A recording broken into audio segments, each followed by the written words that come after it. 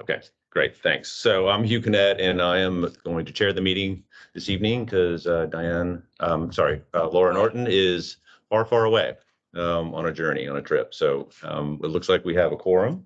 So I'll call the meeting to order. Do we receive any comments from the public? Doesn't look like it. Okay.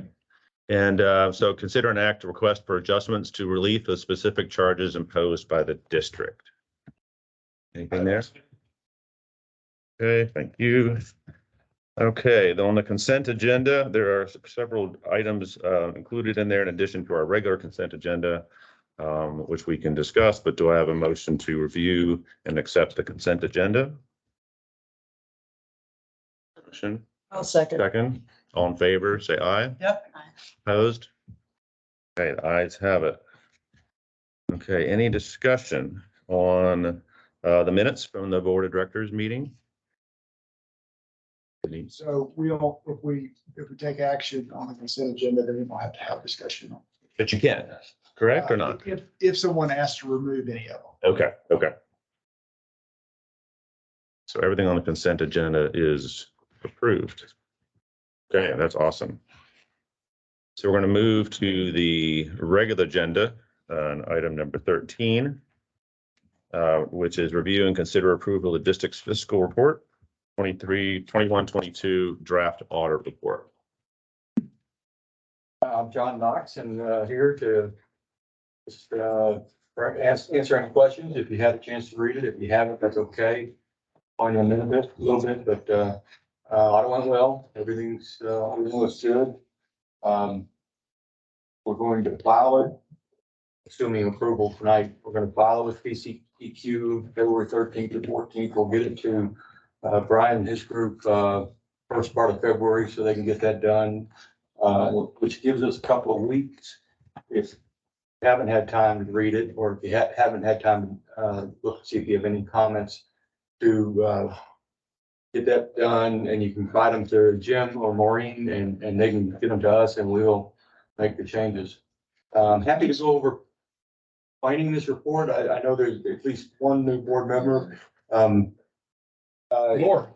Oh, more, excuse me. More than one. More than one. It's a standard report that is developed by the TCEQ, that we follow their guidelines. So it's more of a compliance report than, but it's straightforward, and we don't have anything really to report to you regarding it otherwise. For the benefit of the newbies, the time frame for getting this submitted to the TCEQ is a short window, and it's before your next meeting in February. So the protocol has been for many years to present the draft report in January, ask the directors or trustees to give feedback to staff if they find anything in there they would like corrected or tweaked. And these are minor, unsubstantial type things. And then in February, after we filed it, we will get you a final copy. Anyway, this is a protocol just to try to meet the deadline of the TCEQ. So you've got a couple of weeks to continue to look at it, give us feedback. Again, me or Maureen, contact us. And this is also an opportunity. I know Hugh may have some questions to talk about the substance of the report as well. Yeah, Brian will be going through it as well, and of course we'll be going through it. We might have little changes. Maureen and I already have one change in it. It's too minor to mention, but I can if you want. But so it's just minor changes that we'll have. Anything substantial obviously would change our plan. But Yeah, the Board of Trustees, we had a discussion around it last week, right? And I thought there's some, I would encourage you all to look through it. And it's a good report, it's a good document. There's another companion document, which is, I got a copy of that, is the rep letter that comes from Jim, the GM, to the auditors, which reps the controls and policies and all the things that are in place. Which to me is kind of I didn't see that there, so thank you for providing that, because that filled in a big hole kind of that I had on it. So, and with the WWA, we have the advantage of an audit committee, which is very helpful, because we sit down with the audit committee, we spend an hour and a half discussing the report in detail, and then when we go to the WWA meeting, they the audit committee will make a recommendation to the rest of the trustees to approve the report. So it's a much better process. We don't have audit committees for all the MUDs. Good, but we don't. So this is kind of our way we handle it otherwise. But again, 2 weeks and we're happy to take any comments. And you've done this for several years, I assume, with the water agency here? Yeah, I think we started in around 2000. It's been 22 years. Okay. And you also do this for how many other MUDs? A lot of other places. Okay. It's a big part of things.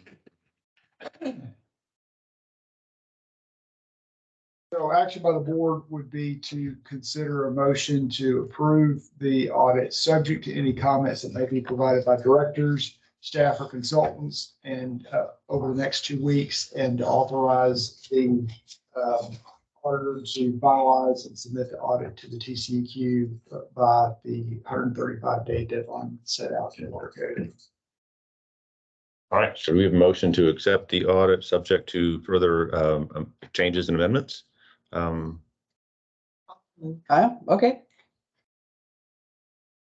I'll move. We have a motion, okay? yes, I'll second. Great, thank you. All right, so moved. Thank you. Thank you very much.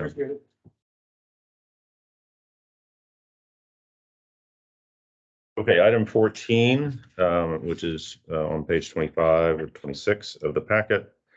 Grant exemptions from taxation for 2023 and the adoption of a resolution in connection therewith. This is an annual item that will consider exemptions that will show up on the tax bills that will go out in October of this year. So you currently have a $30,000 over 65 and disabled exemption and a 20% residential homestead exemption, which is the maximum amount allowed by law for the residential homestead exemption. MUD 47 currently has the highest over 65 and disabled exemption at 30,000. You have one other district join you at 30,000 today. The other districts in the Woodlands have a range between 10,000 and 20,000. So if you would like to retain those exemptions for 23, we would need a motion to adopt a resolution to retain those exemptions for 23. If you want to alter those exemptions for any reason, now would be the time to discuss that and consider action. Has it ever been altered before? Yes. Has it? Several years, well, let's see, maybe 3 or 4 years back is when the district, along with the other MUDs in the Woodlands, went up to the full 20% residential homestead exemption. That was a big deal. Before that, it was a hodgepodge of nothing up to a small amount, but nothing close to 20%. So that was a major change, and that was what maybe 4 years ago? Years ago.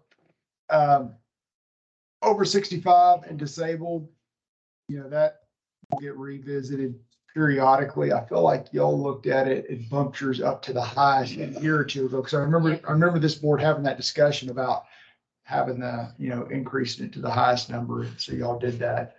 I don't know how many years ago it was, but it feels like it wasn't very long ago that you did that.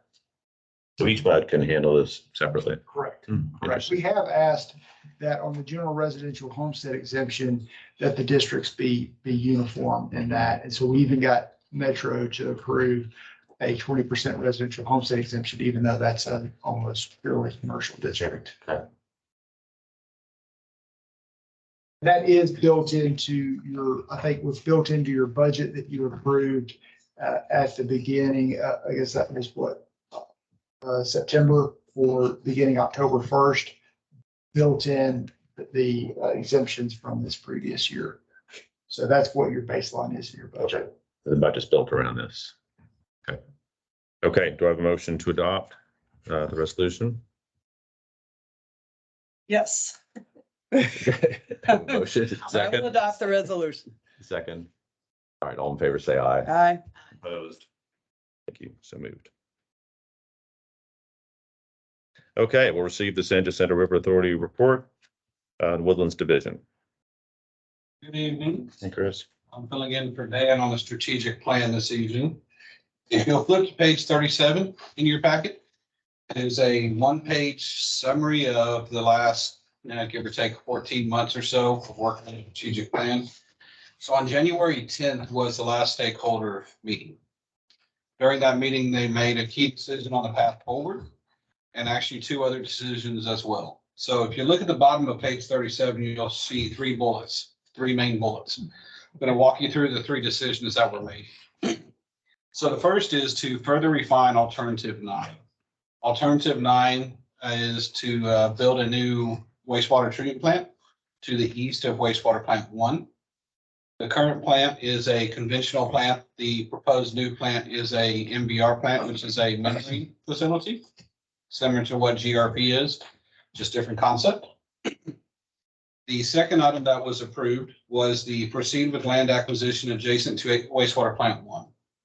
So what that is where wastewater plant 1 is to the east, all the alternatives that we looked at least in the final selection, require that land to expand the plant, right? To replace the plant, I should say.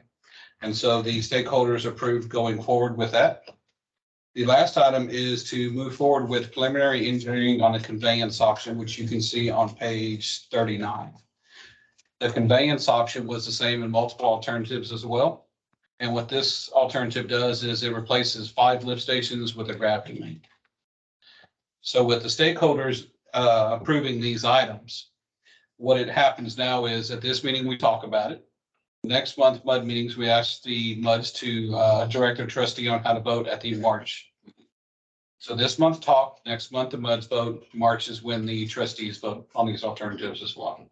So we're not asking for any money in March when we vote. We're just going to use money that we have on hand from projects that are no longer going to be needed from these other projects coming forward. And so it's just strictly a path forward discussion at that time. Open up for questions or clarifications.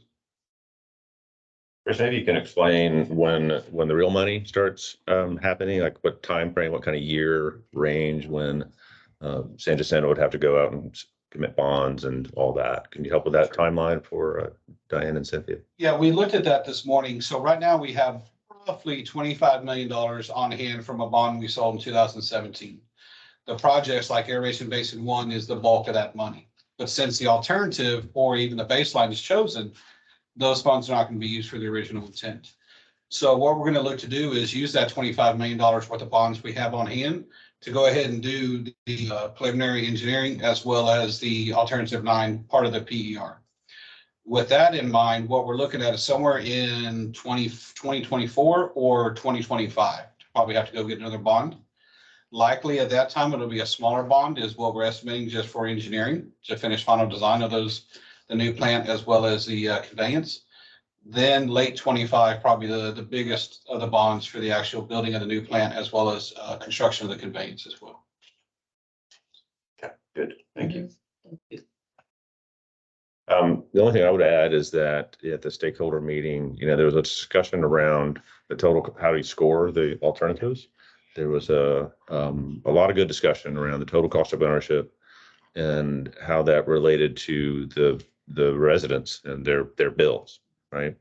And so San Jacinto went back and added in another financial component of cost relating to what the residents are going to pay, the increase in their bills, and what that looks like on a net present value of dollars compared to the cost to build, and weighted them 50-50 so you could see the difference between the 2 alternatives. And it became pretty clear at that point. It squeezed it down a little bit, got a little tighter, but that still Alternative 9 was the route to go. So the trustees, the board, the stakeholders voted accordingly. One thing that I can clarify, this first bullet is to further refine. So we're not looking to go straight into design at this point with Alternative 9. One of the main components is looking at the capacity of the pit to see how big it needs to be. Right now we have 7.8 MGD on the ground, million gallons a day on the ground. We've sold 5.8. So what we want to do is see how much we've sold, how much is needed now, and how much is needed in the future as well. So that's one of the biggest components of phase 2 is to see how big do you build it now and so on. Yeah. So in the timeline, you're making a commitment like in 2024 to do all of this?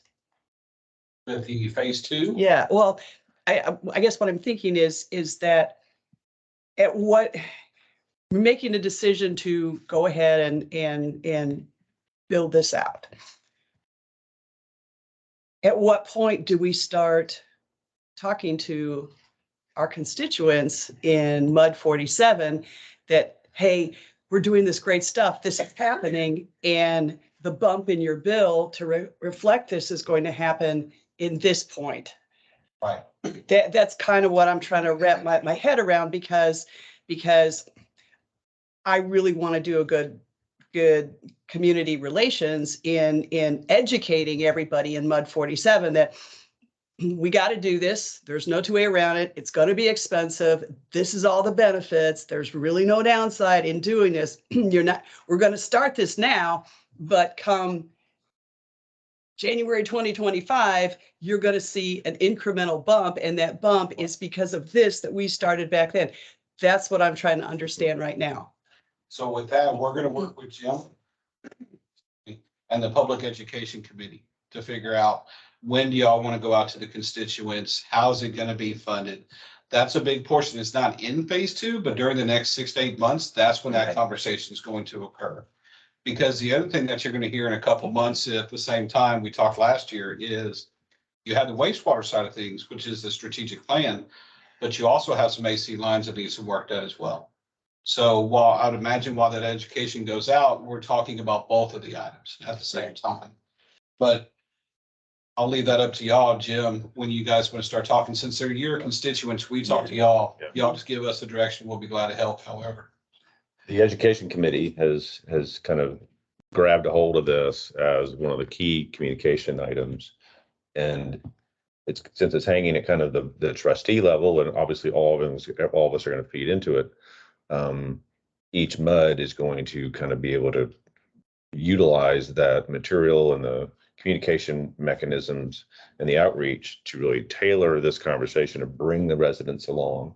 On page 40 is a good graph. If you flip it around and turn it sideways, that's really the two kind of cost paths Right. of a typical 6,000 gallon, a month resident. And that's the sewer side, right, of the equation of what the step change is on their, and this is a monthly change in cost. Right.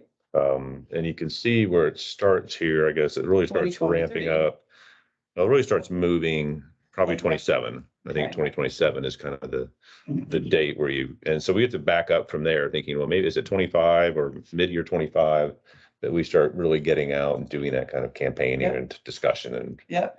that would really help to understand this and explain why we're going to build this thing this way and what are the And benefits it's of it. going to keep going up, but this is a good thing. Yeah. And then it comes back down and you have to consume and pay for all this capital, and then it ends up coming back down. But to for a lot of different the environment. people that are in MUD 47, that are in the older demographic in that, they're looking for the next 5 years. Yeah, exactly. This long thing is kind of like, Yeah. okay, well, that's great, but I'm going to be in heaven by then, you know? Yeah.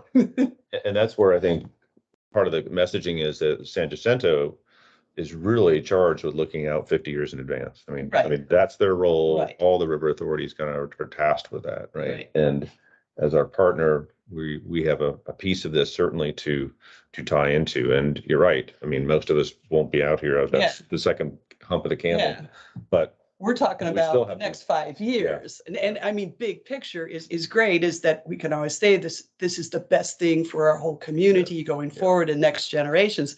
But for the person that's paying the bill every single month, and it's going to go up and up and up, the justification for why this is yeah, happening. we have to be really tight on that communication. Okay, I'm good. That's all I had on the strategic plan. Ed does have a few other items there. The next bullet point, the update on infrastructure funding. The omnibus bill passed late December. That had the funding that Congressman Crenshaw was pursuing on behalf of Fair Branch Dam. So that funding was included in that 1,400 or 4,100 page bill. The only thing we don't know yet is when the appropriation will be available to the Corps of Engineers. But the project was approved along with a bunch of other projects. The overall infrastructure funds, those are being passed down through the Water Development Board. And so we'll be looking at them to see what we need to do to try and win some of that money. Because right now, the majority of it has been designated for low to moderate income areas, rural communities, and entities that are either under an enforcement or administrative order. And the Woodlands has none of those three prerequisites. Yeah. So we are talking with a federal consultant. He did mention in a recent conversation about possibly going to the congressional delegation for this area and also talking to some of the others within Texas about how we can improve that percentage so that entities like us and other areas in the state could possibly tap into some of that infrastructure funds. And so we're going to start a pretty aggressive campaign very soon, within the next week or so, to start talking to the other river authorities and some of the other communities that are currently excluded from the funding. So that's the infrastructure funding. Bear Branch Dam low flow vault update. I think I mentioned to you all back in November that we have ordered the vault lid. It had a 13-week delivery time, so it's expected in March. Our construction drawings for the actual installation of everything will be complete by the end of this month, and we should have a contractor ready to go when that vault is delivered. And then Bear Branch Dam, this is a drainage project that all the 5 MUDs funded. That project has commenced. LJA Engineering is the consultant working on it. You may have seen them out surveying along Bear Branch, Panther Branch, and then they're also collecting other data that will be useful in preparing the hydraulic model, this part of the engineering report. Any questions? I know every time we talk about Bear Branch, we talk about graffiti and things like that. How's it been going out there? I mean, is it better? Is it worse? Or is it just kind of the It's same? an average. There is a report in your packet from our Woodlands division. And let's see, so page 48, there's an email from David Sidney. And they're making basically weekly inspections. They've Okay. had a little bit of graffiti and they've taken care of that. And Okay, gotcha. so we're out there regularly. Yeah.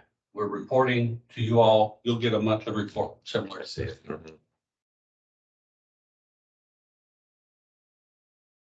And then if you're ready, I can move into the final item for us. Yep. Okay, never mind, I'm done. Yeah, I think you are. Sorry. Okay, thanks, Ed. Thanks, appreciate it. Okay, receive the attorney's report. Brief attorney's report this evening. Legislature is back in session again, so we are tracking that. We've got a couple of lobbyists that are pretty much camped out in Austin from now until May. Very interested to see how the legislature handles the projected $33 billion surplus. And there's been talk about possible changes on property tax exemptions. So we'll be watching that to see what impact it could have on our district clients. Also monitoring other bills of general interest to the MUD community. And if there's bills that are making their way through the legislative process that we think has a decent possibility of passing, that we'll come back and talk to you about those later in the session. Usually you can't start to tell what has legs and what doesn't until March, April. So right now it's just everybody's trying to get their bills introduced, but only about 15% of bills pass. So there's a lot of winnowing out between now and then. Are there any specific that have interest that you're watching?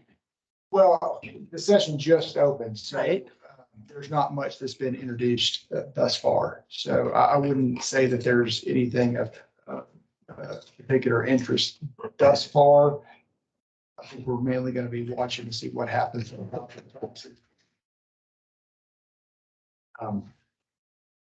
and then just see where the session leads. That's gonna be the big discussion. I mean, you've already seen the lieutenant governor, you've seen the governor, you've seen the speaker already all speak to that issue. So it's gonna be a major topic this session.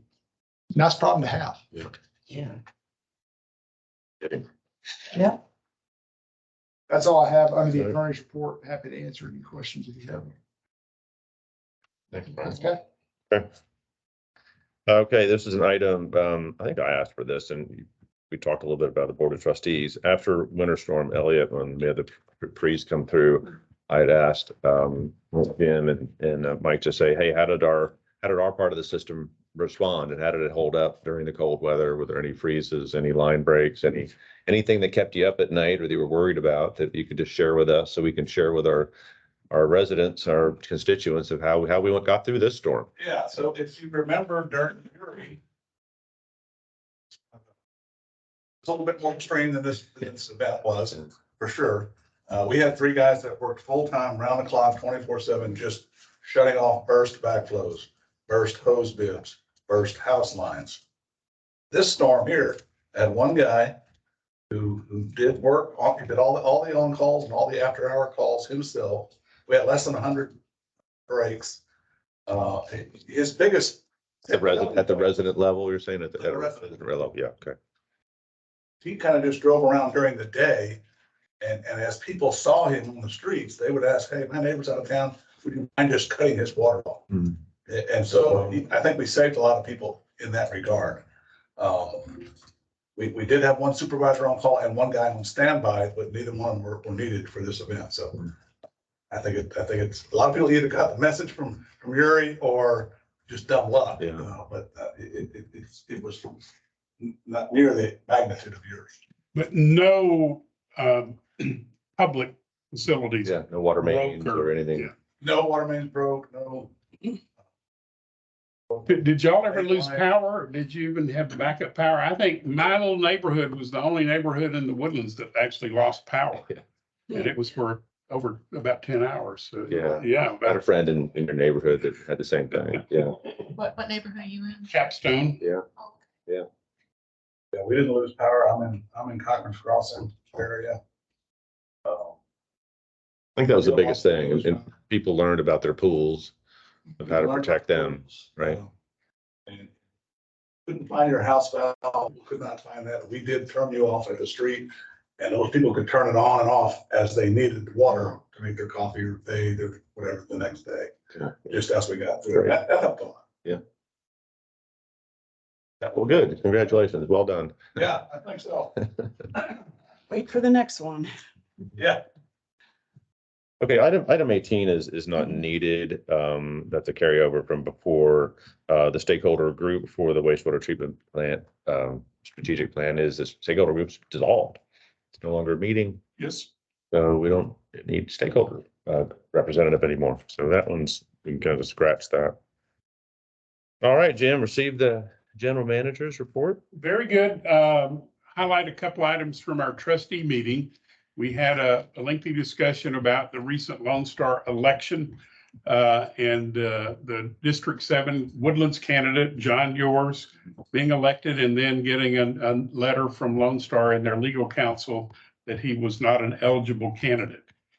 So that caused some concern with our leaders and others around the community. And the outshot of that was Bob Lux. The trustees authorized Bob Lux to send a letter to the Lone Star Board recommending that they appoint John Yours to that position. Now, he's not eligible to be appointed as long as he's a MUD director. So John, as of Friday, tendered his resignation from MUD 36. That will be acted on tomorrow at the MUD 36 meeting. So more to see how that plays out.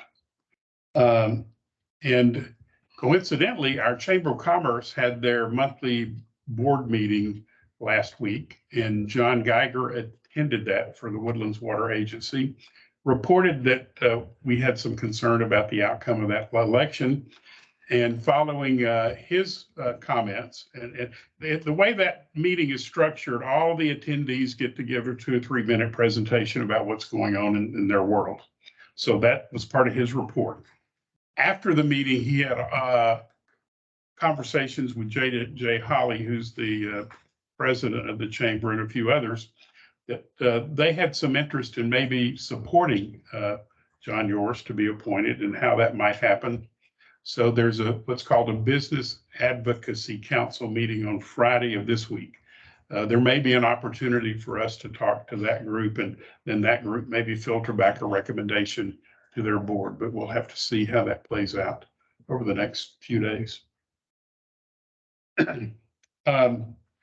Also, at the trustee meeting, our Public Education Committee presented a strategic communications plan that was approved by the trustees.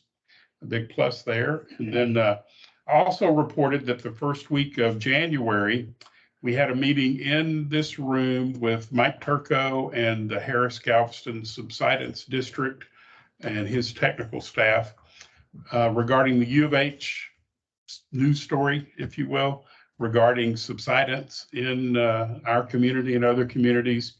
And we think have reported I have been in discussions with that professor over that project to maybe get some additional data, subsidence data regarding the woodlands in Montgomery County.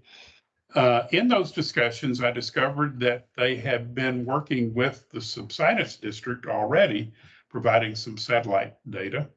So the meeting with Mike Turco revealed kind of what they're doing on their end. It also revealed they have been working with SMU. You may remember a year or so ago, SMU had a report they came out with talking about their observations from satellite data in Montgomery County. So I think the takeaway from that was from Bob and Neil Gaynor with our Public Education Committee chair, it may be a consortium of us, the subsidence district, maybe HARC, maybe the township, maybe invite Lone Star to see if we could form a consortium to maybe get some more data, and then what would we do with it once we got it? So I guess the more to come on that. Yeah. Then I referred to 3 compliment emails that we had from residents. Some of those were regarding the winter storm. Always nice to report those. And then I put in your packet just an interesting brief story about Oak Ridge North and their water and sewer rates. They have found out they're not collecting enough to offset their expense, so they're looking at bumping their rates up. Yeah, yeah. And that concludes my report, but I open for questions. Jim, I had one question on page 27, the monthly blend ratio graph. It had everything crossed over. Mhm. Is that something that happens in December all the time, or is there No, there's a reason, an intentional reason for this, and Chris can talk about that. Yeah, it's happened before. And now keep in mind, the 50-50 blend ratio is an annual average, Understand? right? So throughout the year, it's going to go. Yeah, we're just kind of clocking along there, September, October, November, and then they just crossed. Now, there was being proactive, there were some water quality concerns. So we started reducing the amount of surface water coming in, doing some flushing with Woodlands water, just to improve the water quality. Because in the summertime, you're pushing 20, 30 million gallons a day. But in the wintertime, it's usually around 8 to 10 million gallons. So the water gets very stagnant. Oh, Very cold, yes. It oh, does. oh, Cold. Is it cold? good, old. It gets old water, so that then you go out and you flush it because that water just sits there, so. And it's the chemistry involved is created, it's a compound called trihalomethanes. And once those are produced, it's undesirable in the public drinking water. We monitor for those in conjunction with the state. When those start getting elevated, we need to do things to tweak the water chemistry to get those back at a level that is acceptable. So blending is the primary way to do that. Adjusting, less surface water and more groundwater. And was that water quality in the big storage tanks? Is that what is this before it even gets to them? It's after it's in the distribution system is where we That's where test. we're testing it. Yeah. So does GRP see this happening while it's happening? Is there online testing all the time, I assume? It's not online testing, but they test it just about every day. And so when it leaves GRP, it's new water, right? And so therefore these limits are low. But then it takes a day, 24 hours to come all the way down here to our plant on Slash Pine. The older the water gets, the more time it has to act with the organics and the chlorines, therefore you start forming more of these TTHMs. And so once it gets into our ground storage tanks, numbers are still fine. But then it could be another 2-3 days before it reaches the end user and goes through the whole spaghetti bowl. And so that's where Jim was talking about it starts to get old. So the older it is, the more it raises. So just on a side note, we are looking in the GRP budget this year to maybe put in a TTHM study to see what would be needed at the elevated storage tanks, the water towers, to maybe mitigate some future TTHM issues. So we may be able to bump up the blend ratio in the future. And because if we go to a higher percentage of surface water, something more than 50-50, we really start increasing our concerns and chances for trihalomethane production. So anyway, I think it's appropriate to study it and see what we could do to help offset that. Okay. Well, thanks. That explains that perfectly. Any other questions for Jim? All right, so that took care of 19. You did the trustee report. I don't have anything to add. Jim, you did. Thanks for that. Well, we might want to know that we did hire a new GM. Oh. I kind of gloss over that. Yeah. So anyway, Eric Peterson will be coming on February the 6th and start the training to replace me. Yeah, great candidate that was brought in, and somebody who knows the mud business, who knows this community and all that's in the water business as well, and the industry, knows our team and the San Jacinto team. He's a known person in our business. Even knows our security guard. Yeah. So that was a big accomplishment. So we're excited. Jim's excited, I think. I think that smile is returning. Time to hang it up. New era, but Yeah. okay. Yeah, congratulations. Yeah. Thank you. Excellent. I think that's it then for that. On the education, that strategic plan, I know it's available to the trustees. How are we going to make that available to the MUD board Well, directors? Happy to send it out. Put it out on their Google Drives and people can see it then? Send out a note. Here's what we'll Yeah. probably do it after the MUD meetings because we're talking about it. And then we'll, as discussed in the MUD let's do meetings, that. here's the plan. Yeah. I think y'all would really like to see it because it's a great document. It kind of runs around the calendar year. So we're starting at the beginning of the plan, kind of phase 1, 2, 3, and 4 is kind of spring, summer, fall, winter, right? Think of it that way. Kind of tied into the fiscal year, but a little bit more of a calendar year look as well. So, okay, good. I think that'd be really, really important. Okay, need recess to close session this evening. Okay, that takes care of 21. We don't need to reconvene to open. All right. Pretty much winds it up. What about just any comments? No one there in the public. Any matters for the future agenda that you would like to? Yeah. You're in? Good. Okay. All right. Call this meeting adjourned. Adjourn.